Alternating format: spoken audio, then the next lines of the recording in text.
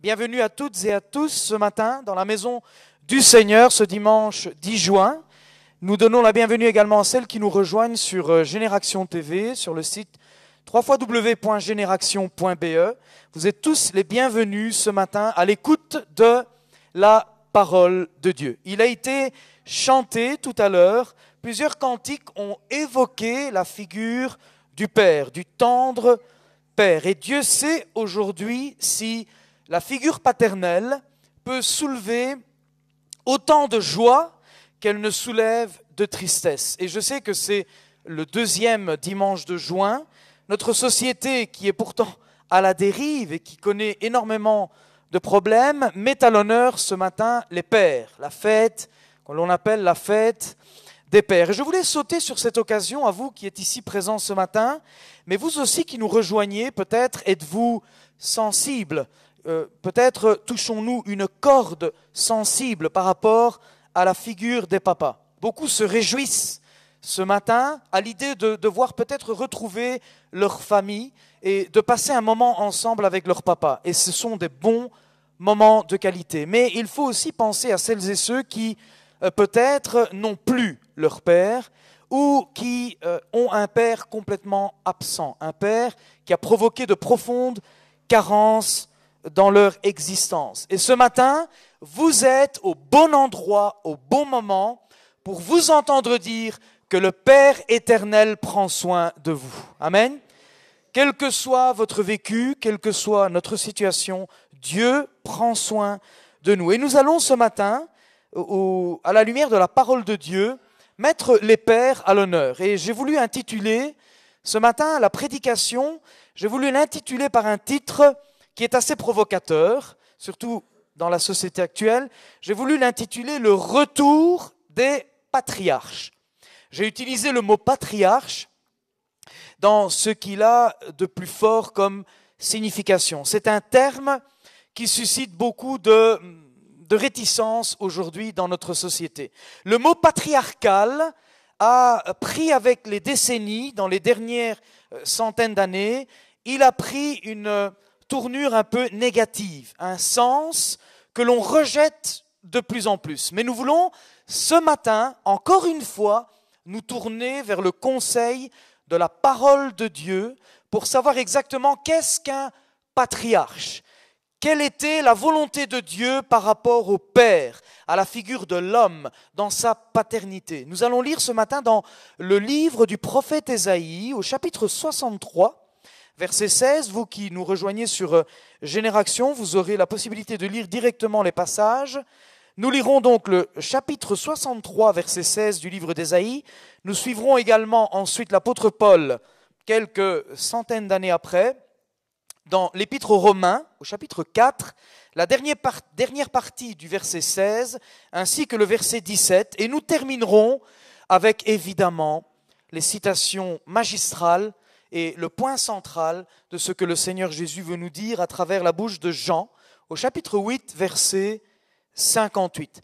Je peux vous demander de vous lever ce matin pour la lecture de la parole de Dieu. Bienvenue à toutes et à tous à l'écoute de la parole de Dieu. Ésaïe 63, verset 16, nous dit ceci. « Pourtant, c'est toi notre Père. » Ésaïe s'adresse à Dieu et il lui dit « Pourtant, c'est toi notre Père. Abraham ne nous connaît pas. Israël ne nous reconnaît pas. C'est toi, Seigneur, notre Père, notre Rédempteur depuis toujours. » Certaines versions diront « notre libérateur. Tel est ton nom. » L'apôtre Paul, à l'épître aux Romains, nous dit ceci, au chapitre 4, versets 16 et 17. La dernière partie du verset 16 nous dit « En effet, c'est un fait qu'Abraham est notre Père à tous les hommes. Comme cela est d'ailleurs écrit, je t'ai établi Père d'un grand nombre de pays. Il est notre Père devant le Dieu en qui il a cru, en qui il a remis toute sa confiance. Le Dieu, non pas n'importe quel Dieu, mais le Dieu qui donne la vie aux morts et qui appelle ceux qui n'existent pas à l'existence. Nous terminons avec les merveilleuses paroles de Jésus. J'espère que vous vous réjouissez à la lecture de ce que Jésus nous dit ce matin. Voici le summum de ce texte. Jésus leur dit, en vérité, je vous le dis, écoutez bien ce qu'il dit, avant qu'Abraham ne soit né, je suis.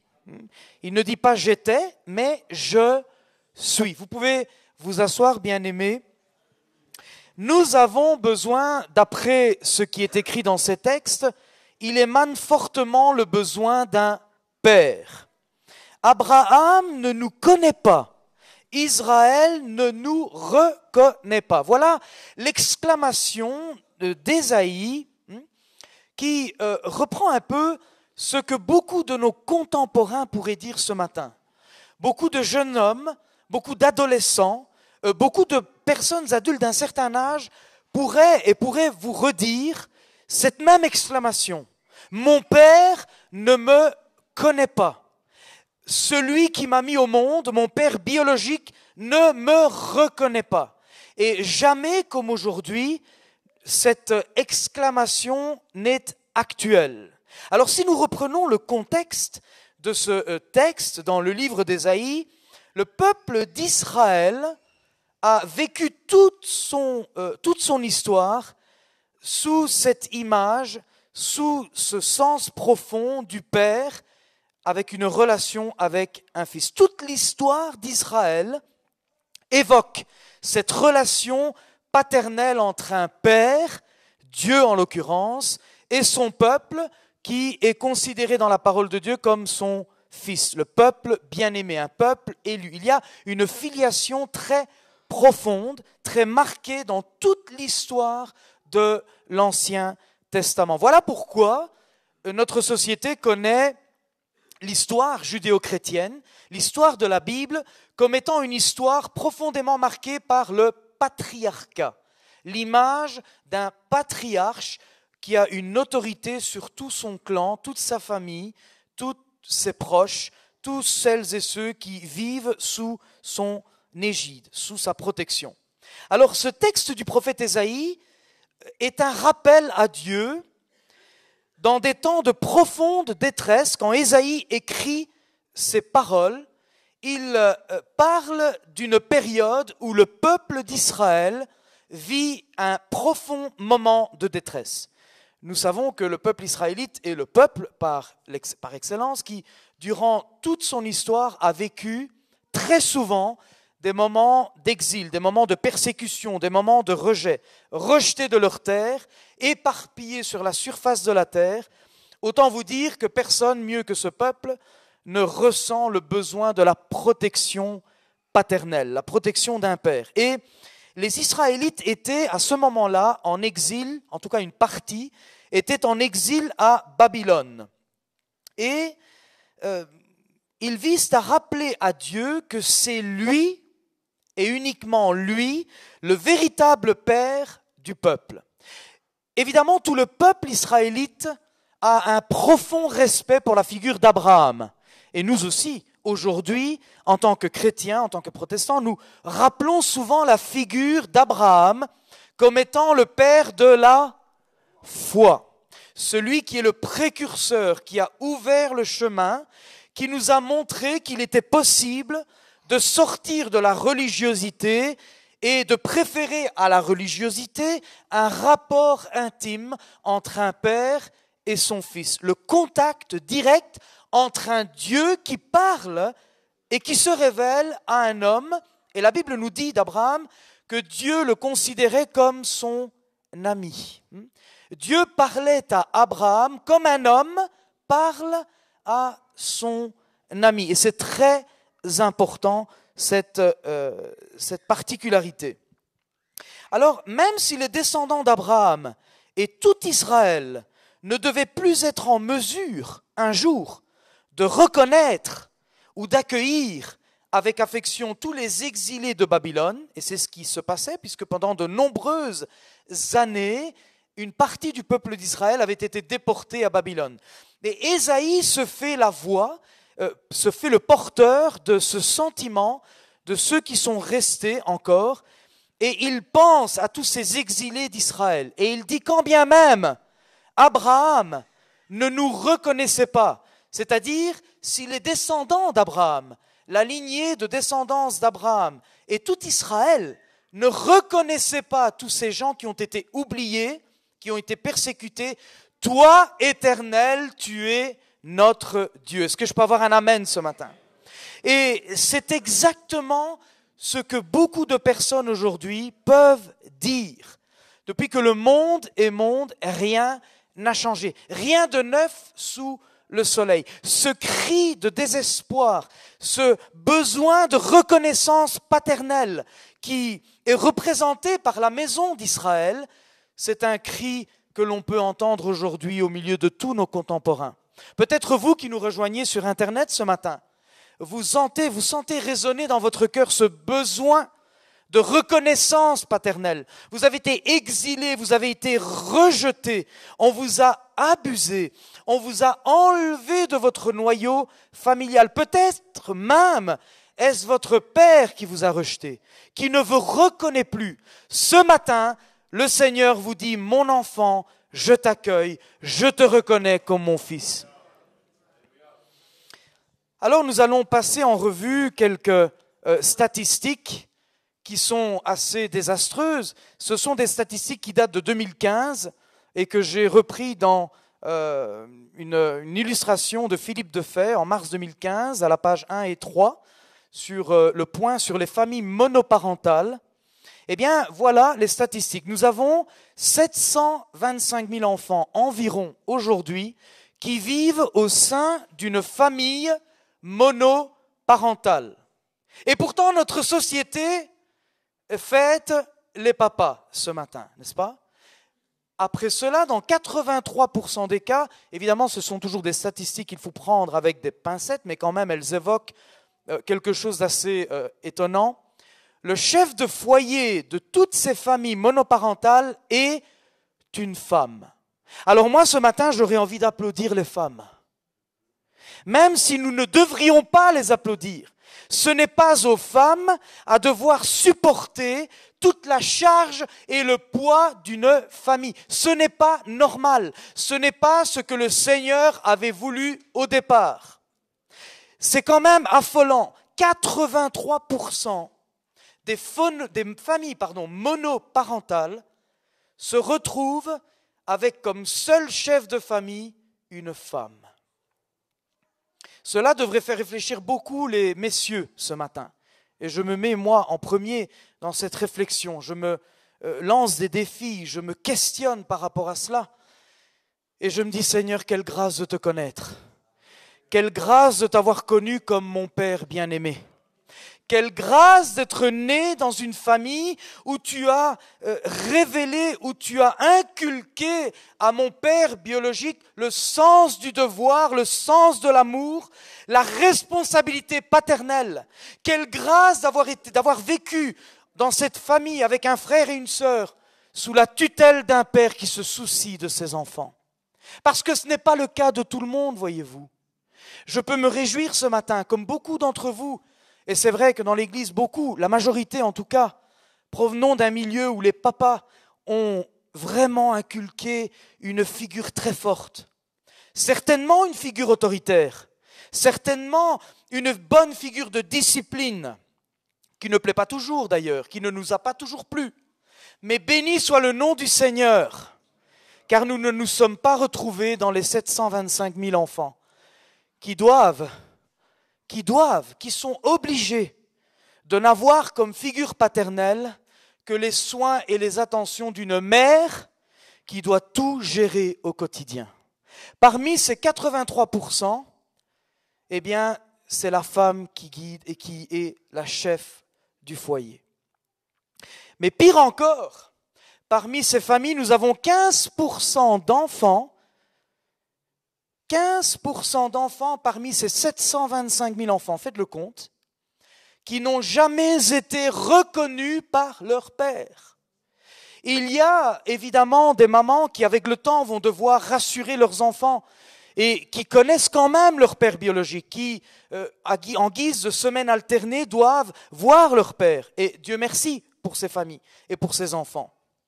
Même si les dommages et les catastrophes que cela engendre, c'est quelque chose de difficile à supporter. Mais 15% n'ont jamais été reconnus par leur père. Et voyez-vous, nous lisions tout à l'heure dans le livre d'Ésaïe, Abraham ne nous connaît pas. Israël ne nous reconnaît pas. Ils avaient reçu cette forte éducation patriarcale. Ils avaient un lien très étroit avec la figure paternelle que représentait Abraham. Mais quand bien même Abraham leur ait donné une bonne image et un bon héritage spirituel, voyez-vous, le père biologique ne suffit pas. Ils avaient besoin d'être reconnus par celui qui allait les libérer, voyez-vous. Et même si vous avez un père aimant, même si vous avez eu un père aimant et présent, l'âme de l'homme a besoin d'être reconnectée avec celui qui lui a donné la vie, le mouvement et l'être. Puisque tôt ou tard, un jour, un père peut mourir. Qu'il parte jeune, comme c'est le cas de certains. Et je ne vais pas appuyer ce matin sur une corde sensible parce que c'est très difficile. Mais beaucoup de personnes ont perdu leurs parents, leur père en l'occurrence. Et quand on perd son papa, on a besoin d'être consolé, d'être rassuré par le seul qui puisse prendre la relève, c'est le Père éternel. Alors toi qui nous rejoins ce matin sur Internet, tu peux ressentir le vide, le manque d'un père, soit qu'il soit décédé avant l'heure, soit qu'il soit complètement absent. Ce matin, Dieu te dit, mon enfant, je t'aime. Mon enfant, je suis celui qui vient à ton secours. Je suis celui qui vient panser les blessures, celui qui vient consoler ce manque, qui vient combler ce manque paternel. Alors, par rapport à jamais comme à notre époque, le besoin de reconnaissance paternelle ne s'est autant fait sentir. Il y a comme toute une partie de la société qui mendie un père aujourd'hui. Combien de gens aujourd'hui vont voir leurs voisins ou leurs membres de famille se rendre chez leur père et eux vont rester seuls à la maison. Certains vont se retrouver tout seuls, uniquement avec leur mère, alors que beaucoup de familles auront ce privilège de pouvoir partager un repas, offrir un cadeau à leur papa. Alors nous qui avons ce privilège, peut-être sans mettre l'accent sur une fête, mais nous devrions prendre un moment, peut-être ce moment de joie, pour exprimer une prière au Seigneur et dire « Seigneur, j'ai la joie aujourd'hui de pouvoir jouir de mon Père. Mais combien ce matin, aujourd'hui, toute cette journée vont ressentir le manque paternel. Seigneur, je te prie de les consoler. Seigneur, je te prie de leur faire sentir ta présence. Seigneur, je te prie de te révéler dans leur vie afin qu'ils sentent ta présence et que tu viennes essuyer les larmes. Essuie les larmes d'un deuil, essuie les larmes d'un oubli, essuie les larmes d'un père complètement absent. Quant aux femmes, on ne compte plus toutes celles qui souhaitent s'appuyer sur des hommes solides. Combien de femmes aujourd'hui rêveraient d'avoir un homme responsable, un mari présent, un mari qui soit aimant, un mari qui prenne ses responsabilités, un véritable Abraham. C'est ce qu'Abraham faisait, chers amis, chers frères et sœurs. Abraham n'a pas l'image que la société voudrait lui donner, cet homme misogyne, cet homme autoritaire, un homme qui rabaisse sa femme. Ce n'est pas ce que la parole de Dieu nous enseigne. La parole de Dieu nous enseigne qu'Abraham était profondément amoureux de son épouse. La parole de Dieu nous enseigne qu'Abraham avait des attentions particulières. Il était tellement aimant et attentionné que son épouse l'appelait mon Seigneur. Quel amour, quel exemple que Dieu nous laisse. Non, frères et sœurs, ce n'est pas l'image que la société veut nous donner du patriarcat biblique. Plaise à Dieu, je rêve que nous puissions revenir et remonter le temps pour rétablir à nouveau l'image des pères patriarches, Abraham, Isaac et Jacob. C'est un patriarche que Dieu a appelé. Dieu n'a pas appelé un Casanova. Dieu n'a pas appelé un coureur de jupons célibataire endurci, voyez-vous. Il a regardé à Ur, en Irak, et il y avait tant d'hommes à l'époque, n'est-ce pas? Il y avait une société, une culture qui foisonnait de tous les styles de vie. Mais Dieu appelle un homme qui aime sa femme. Déjà à ce moment-là, Dieu avait vu en Abraham un homme responsable, un homme qui traitait sa femme avec amour, un homme qui ne passait pas son temps à faire pleurer sa femme, un homme qui ne la laissait pas seule, un homme qui la chérissait comme une rose. Voyez-vous, c'est ce que Dieu veut des papas ce matin. C'est ce que Dieu veut de nous, hommes, jeunes hommes, vous qui êtes célibataires et qui vous préparez à la vie de mariage, qui cherchez peut-être, qui priez le Seigneur pour avoir une femme. Préparez-vous à suivre l'exemple des grands patriarches, parce que nous avons tout à y gagner, n'est-ce pas? Abraham est notre père à tous, devant le Dieu en qui il a cru. Voilà toute la différence. Dieu se révèle à Abraham, il commence à lui parler. Dieu a commencé à lui révéler quelle est sa volonté.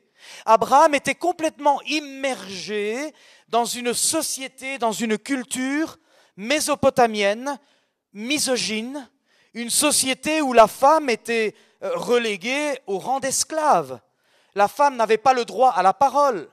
La femme n'avait pas la même valeur qu'un homme. Et nous retrouvons cela dans toute la culture biblique, dans tout ce que nous lisons dans l'Ancien Testament. Nous voyons que le peuple d'Israël a toujours été entouré de peuples et dans une culture où la femme a toujours été un peu mise de côté. Et Dieu a toujours dû rectifier le tir, puisque ce n'est pas ce que Dieu voulait depuis le commencement. Dieu n'appelle pas un homme irresponsable, Dieu appelle un homme avec sa femme. Dieu dit à Abraham, tu prendras ta femme et toute ta maison et tu me suivras. Il n'a pas dit à Abraham, tu vas prendre ton esclave, celle qui te sert de femme, celle qui dort le soir avec. Non, non, tu prends ta femme et tout ce qui t'appartient et tu viendras là où je t'emmènerai, n'est-ce pas? Et il lui fait une promesse. La promesse n'aurait jamais pu être faite sans la participation de Sarah, qui est la grande matriarche également, puisque nous mettons souvent en avant les patriarches. Mais Dieu n'avait pas moins d'égard à Sarah. Sarah, la grande matriarche, cette femme qui malgré tout était dans la volonté du Seigneur. Dieu avait choisi et savait que Sarah allait engendrer un fils, et avec Abraham, ils allaient être les parents d'une multitude de nations. Avec à la clé une promesse inespérée qui fera de lui le père le plus prolifique de toute l'histoire de l'humanité. Un homme et un père protecteur et attentionné. Mais Abraham n'est pas seulement le père des nations, mais il est surtout le père de la foi. Le père de la foi.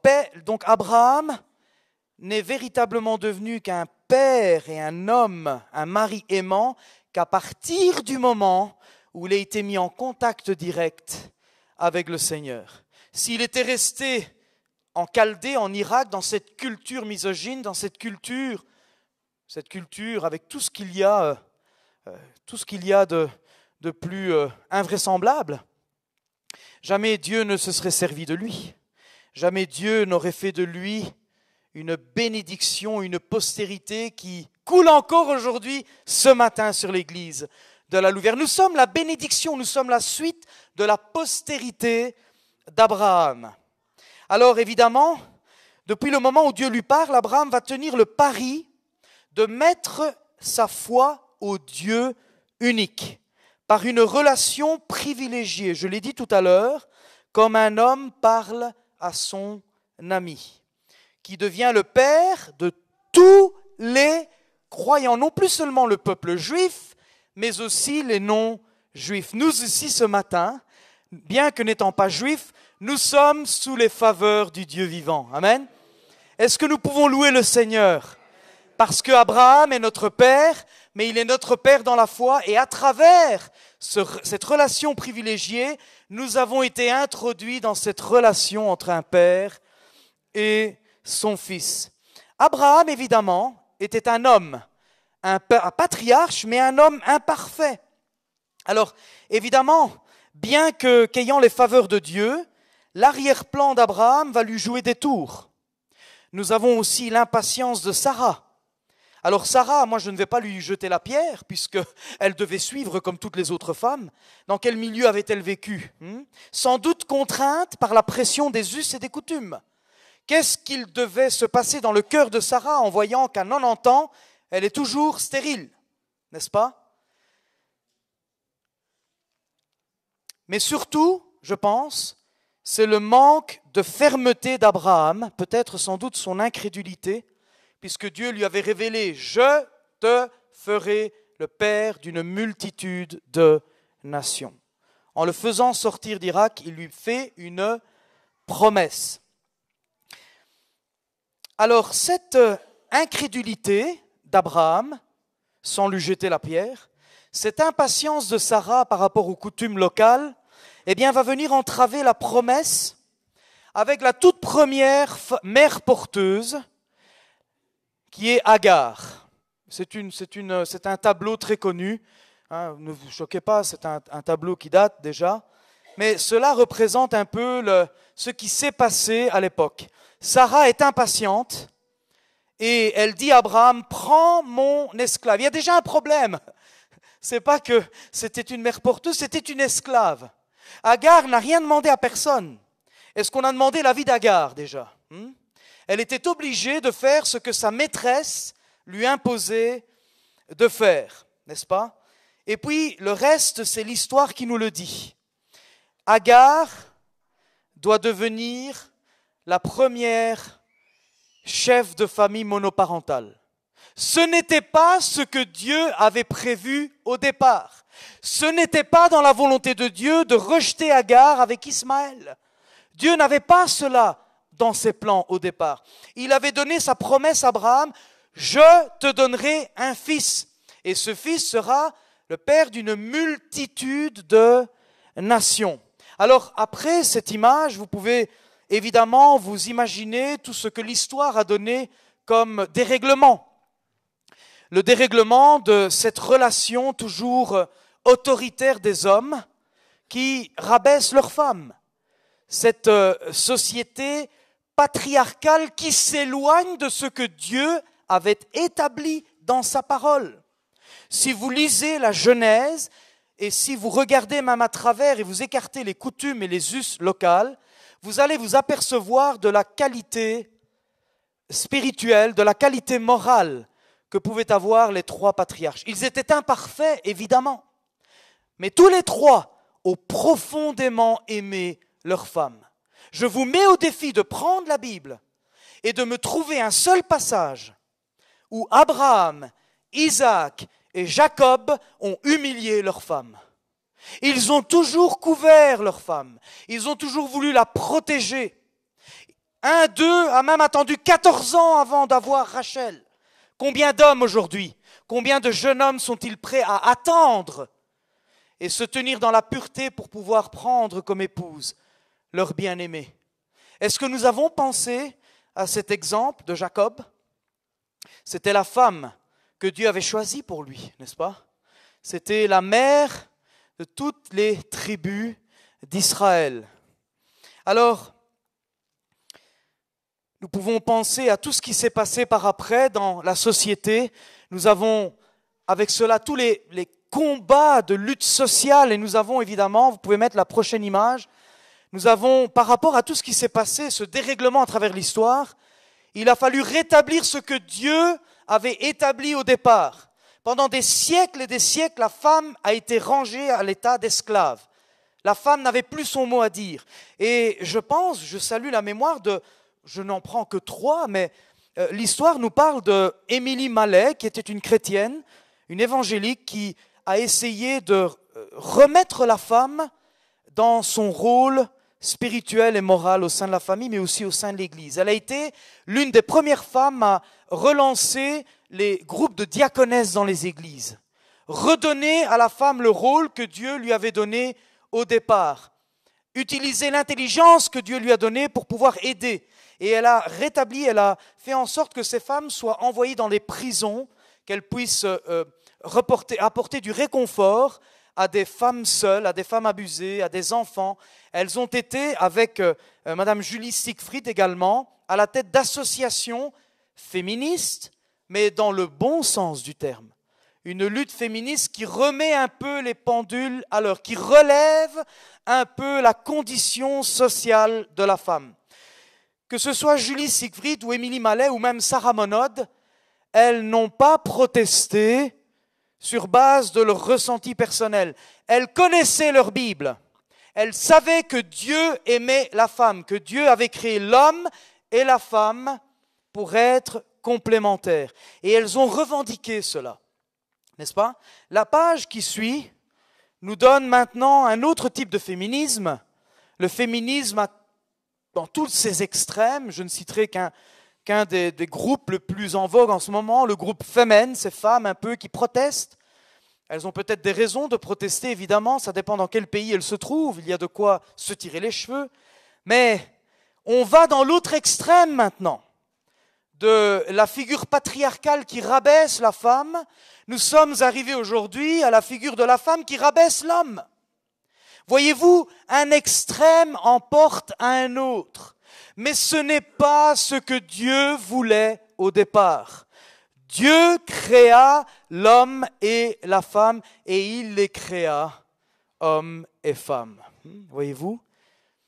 Afin que l'un et l'autre puissent s'aider et s'aimer mutuellement.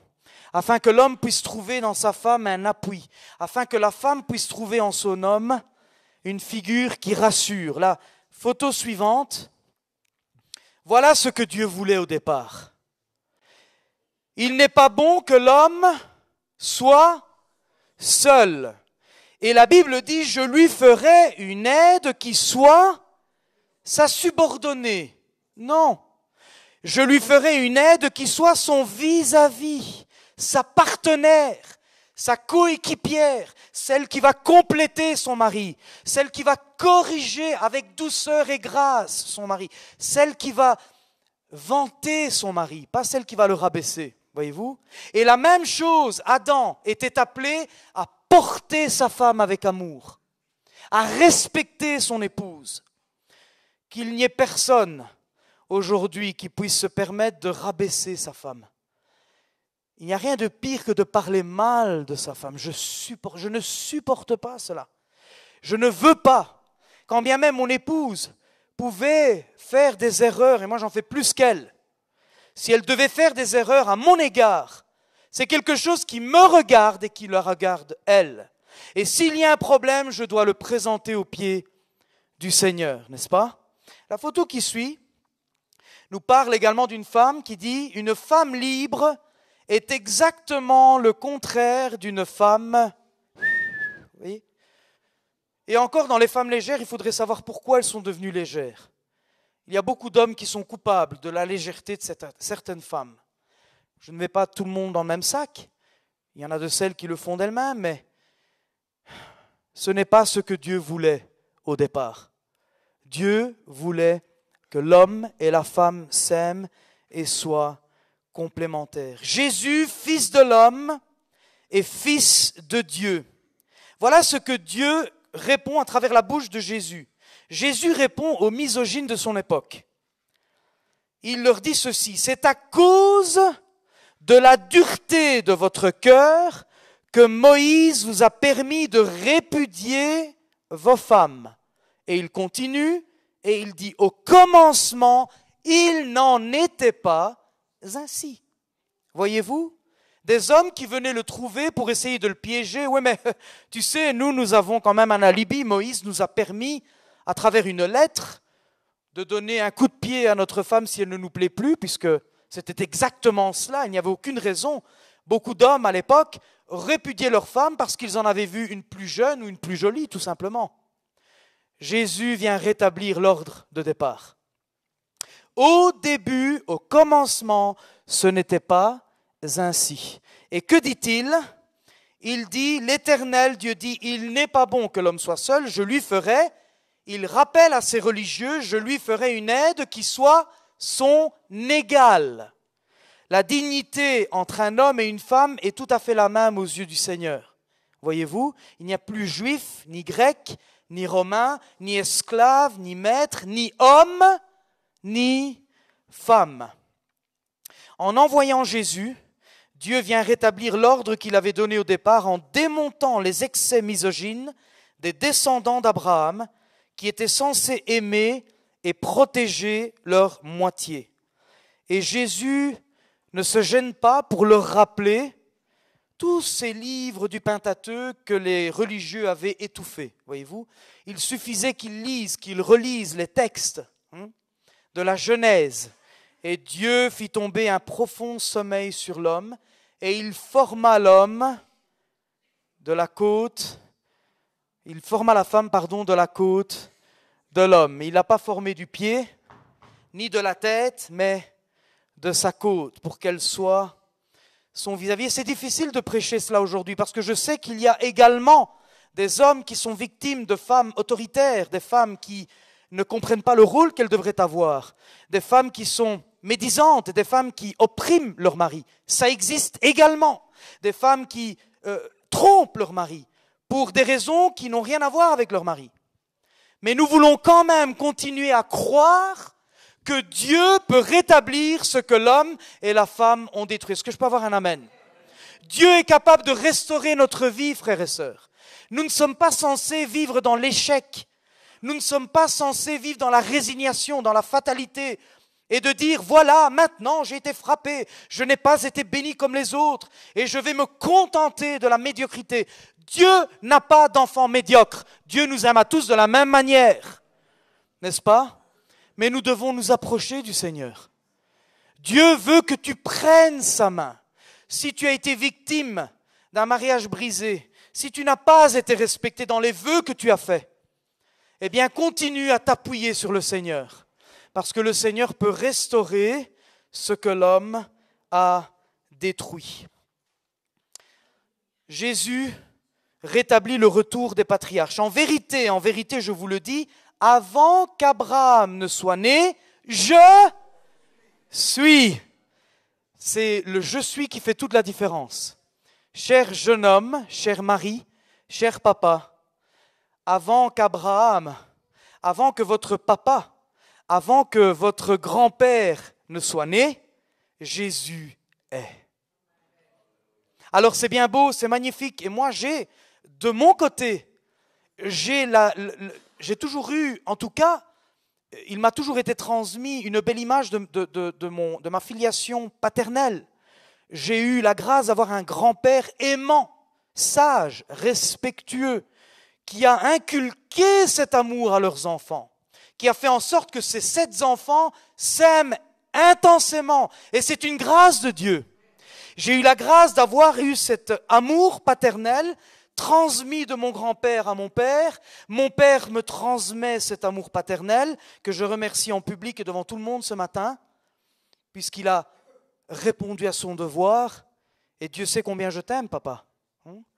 Et tu as été capable de me transmettre cet amour paternel pour que je puisse moi-même le retransmettre à mes 2 enfants. Et c'est ce que Dieu veut ce matin. C'est ce que Dieu veut pour vous. Tu n'as pas eu de figure paternelle. Ton père a été absent. Ton père t'a abusé. Ton père ne t'a pas reconnu. Tu peux à partir d'aujourd'hui t'appuyer sur le Père éternel. Le Père éternel peut te remplir de son amour et te rendre capable de reconstruire et d'exceller en tant que père vis-à-vis de tes enfants. Je connais des pères qui n'ont pas été aimés par leurs parents et qui maintenant sont de véritables exemples, des véritables figures de référence, parce qu'ils se sont appuyés sur l'exemple de Jésus, n'est-ce pas? Sans rien enlever au fait qu'Abraham reste le père de la foi qui nous unit à Dieu, Jésus vient rappeler qu'il est au-dessus de tous et de tout, et qu'il nous révèle ainsi la parfaite relation entre le Père et le Fils. Par son autorité divine, Jésus est, plus qu'aucun patriarche, le parfait équilibre dont tout homme, père ou patriarche a besoin en 2018. On peut montrer la photo suivante pour terminer. On va se lever ce matin pour terminer. Voici ce que Dieu dit au Père ce matin. Il nous dit, « Je serai pour vous un père et vous serez pour moi des fils et des filles, dit le Seigneur Tout-Puissant. » Vous qui êtes ici ce matin ou vous qui nous rejoignez sur Génération TV, vous avez été délaissés par votre Père. Vous n'allez pas vivre ce jour de façon agréable. Vous avez perdu votre Père à un jeune âge. Voilà ce que le Seigneur vous dit ce matin. Je serai pour toi un père et vous serez pour moi, tu seras pour moi un fils et une fille, dit le Seigneur Tout-Puissant. Dieu n'oublie ni les orphelins, il n'oublie ni les enfants oubliés, négligés par les pères imparfaits. Quel beau rappel d'amour paternel et quel défi exemplaire lancé à nous hommes, pères et nouveaux patriarches pour notre génération. Est-ce qu'il y a des jeunes pères ce matin qui peuvent lever la main et se remettre entre les mains du Seigneur? Est-ce que tu veux te présenter comme un futur mari? Tu peux lever ta main ce matin. Tu peux dire au Seigneur, Seigneur, fais de moi un homme vaillant, un patriarche qui respecte ma femme, ma future femme, comme tu veux que je la respecte. Un homme rassurant, aimant, présent, complètement dévoué à sa famille en ce jour de fête. Je souhaite à chacune et à chacun une bonne fête des pères à l'image de la parole de Dieu. Est-ce que vous pouvez courber votre tête ce matin?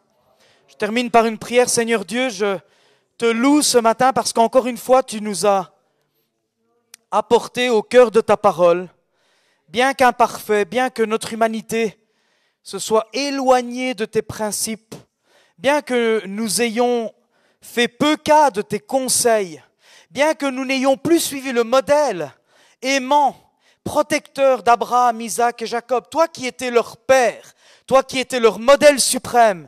Seigneur, nous avons besoin, après ces milliers d'années, que tu redonnes aux hommes et aux pères de cette Église, mais aussi à celles et ceux qui nous rejoignent sur Internet, cette image, cet exemple, de pouvoir nous appuyer sur toi, Seigneur Jésus. Toi qui viens rétablir l'équilibre, toi qui viens nous rappeler que bien que nos pères et nos aïeux aient manqué à leurs devoirs, toi, tu es, Seigneur. Tu continues à être notre Dieu et tu dis dans ta parole, je serai avec vous tous les jours jusqu'à la fin des temps. Merci, Seigneur, pour ton amour et ta grâce. Merci pour ta parole dans nos cœurs. Reste avec chacun d'entre nous. Bénis chaque personne qui nous rejoint. Bénis chaque famille, chaque homme, chaque femme. Et que cette journée soit une journée de rencontre, une journée de retrouvailles, une journée de bien-être, une journée où des pères vont reprendre leurs droits et leurs responsabilités. Et qu'un nombre incalculable d'enfants puissent ressentir l'amour de leur père ce matin encore. Au nom de Jésus. Amen. Amen. Vous pouvez vous asseoir. Le Seigneur est bon et sa fidélité.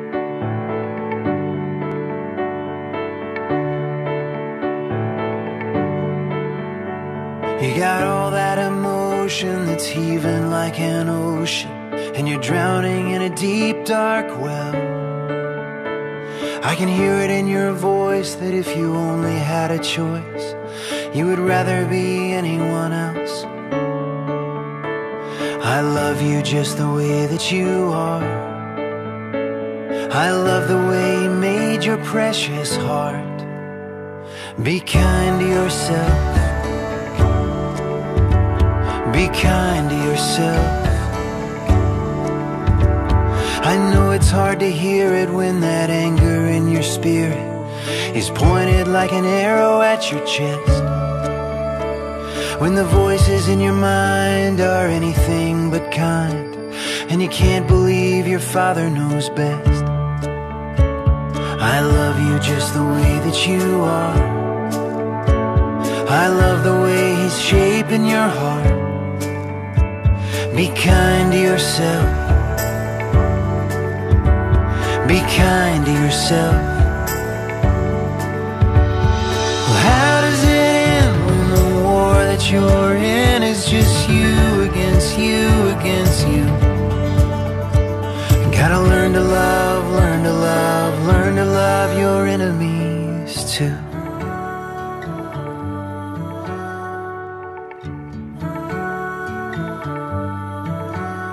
You can't expect to be perfect, it's a fight you gotta forfeit. You belong to me, whatever you do. So lay down your weapon, darling, take a deep breath and believe that I love you. Be kind to yourself. Be kind to yourself. Be kind to yourself. Gotta learn to love, learn to love, learn to love your enemy. Gotta learn to love, learn to love, learn to love your enemies too.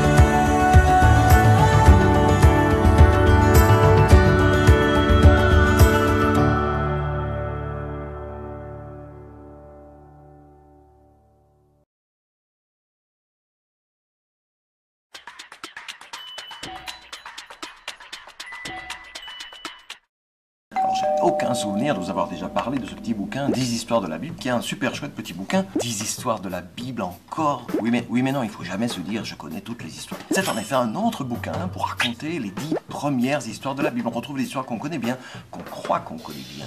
On croit qu'on les connaît bien, mais c'est des mises en scène de personnages amusants, modernes. Ils ont des petites chouettes petites tronches, comme ça ils sont tout rondouillés. Ça rigole, ça gigote. Il y a quelque chose qui est attirant dans la façon de raconter ces histoires dans ce petit bouquin-ci. Et c'est ça qui est nouveau. C'est ce qui fait même qu'en racontant l'histoire, on peut mettre en scène les petits personnages qu'on est en train de lire, quoi. Et la chose aussi, c'est qu'il y a une espèce de petite application possible à la fin de chaque histoire. Hein. On termine l'histoire, et puis là, on se dit, tiens, il y a quelque chose qui serait comme de « As-tu bien compris ? Que peux-tu faire de ça ?» C'est la petite pédagogie, on va dire, qui termine chacun des récits. Une façon de parler à l'enfant, une façon... une façon d'intégrer avec l'enfant la trame de l'histoire, son éclat. Ces histoires ne sont pas juste des histoires, il y a un trajet qui va vers le cœur de l'enfant, mais c'est ça, cette petite chose qui permet de l'accueillir. Jésus va de ville en ville pour annoncer la bonne nouvelle de Dieu, mais ceux qui lui en veulent le sauver des eaux vivantes sur une croix. Avec 5 pains et 5 poissons, Dieu a leur espérance. Réjouis-toi, chante pour lui. Jésus est capable de ces miracles, le savais-tu? Puis la tronche de Goliath, franchement, c'est trop bien. Il y a des petites araignées, il y a des petits renards qui passent, il y a des petites souris, il y a des papillons qui s'envolent aussi. Voilà, 10 histoires de la Bible, comme on les connaît déjà, mais comme on les connaît pas déjà. Vous voyez, ne jamais dire jamais, ne jamais dire déjà, ne jamais dire jamais, ne jamais dire je sais, se laisser émerveiller. Attention, la Bible peut faire gravement du bien à la santé. Ne jamais la tenir hors de portée des enfants.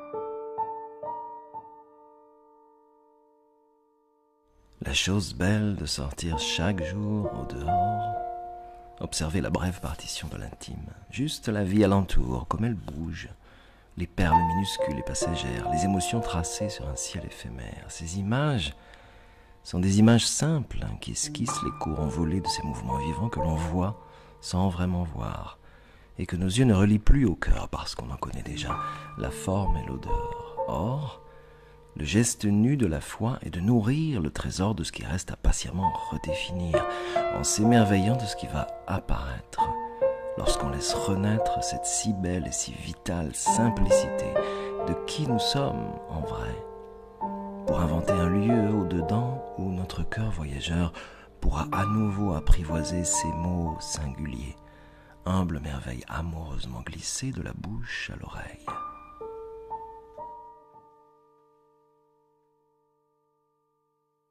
En fait, on se jette souvent sur la parole sans en goûter les mots, parce que ce sont des mots de tous les jours, des mots auxquels on ne laisse plus révéler autre chose que ce qu'on sait déjà d'eux.